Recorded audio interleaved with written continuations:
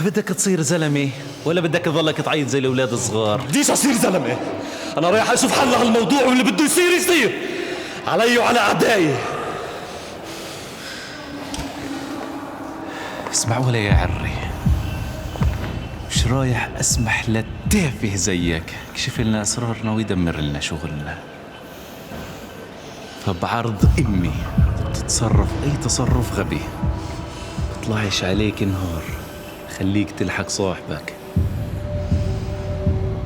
فاهم علي؟